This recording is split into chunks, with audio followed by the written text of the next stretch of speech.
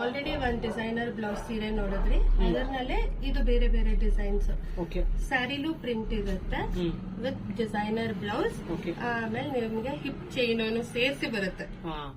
ಏನ್ ಪ್ರೈಸ್ ಆಗುತ್ತದ? ಇದು 1100. 1100. ಅದ್ರಲ್ಲಿ 2 ಕಲರ್ ಸಿಗುತ್ತಾ? ಡಾರ್ಕ್ ರೆಡ್, ಬ್ಲಡ್ ರೆಡ್ ಇದೆ, ಬ್ಲಡ್ ರೆಡ್ ಇದೆ, ಪರ್ಪಲ್ ಇದೆ.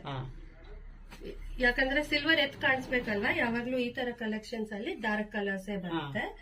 ಇದು ವರ್ಕ್ ಬ್ಲೌಸ್ ಇಷ್ಟ ಇಲ್ಲದೆ ಇರೋರ್ಗೆ plain sari with brocade blouse. ಇದರಲ್ಲೂ ಕಲರ್ ಸಿಗುತ್ತೆ.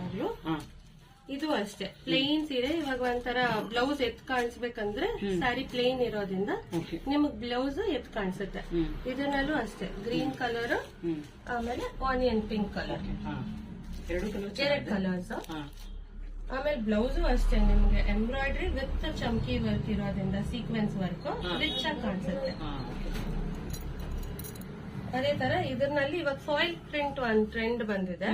ಈ ಸೀರೆಯಲ್ಲೂ ಫಾಯಿಲ್ ಪ್ರಿಂಟ್. ಇದೆಲ್ಲ ಫಾಯಿಲ್ ಪ್ರಿಂಟ್ಸ್? ಹೌದು, ಫಾಯಿಲ್ ಪ್ರಿಂಟ್. ಇದು ಏನಂದ್ರೆ ನಿಮಗ್ ಚಮ್ಕಿ ತರ ಕಿತ್ಕೊಂಡು ಬರಲ್ಲ, ಹರ್ಟು ಮಾಡಲ್ಲ.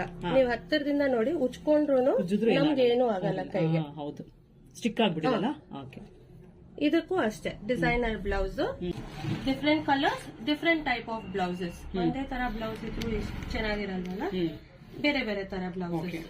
ಇದೆಲ್ಲಾನು ಫಾಯಿಲ್ ಪ್ರಿಂಟ್ ಅಲ್ಲಿ ಕಲರ್ಸ್, ಲೈಟ್ ಬ್ಲೂ.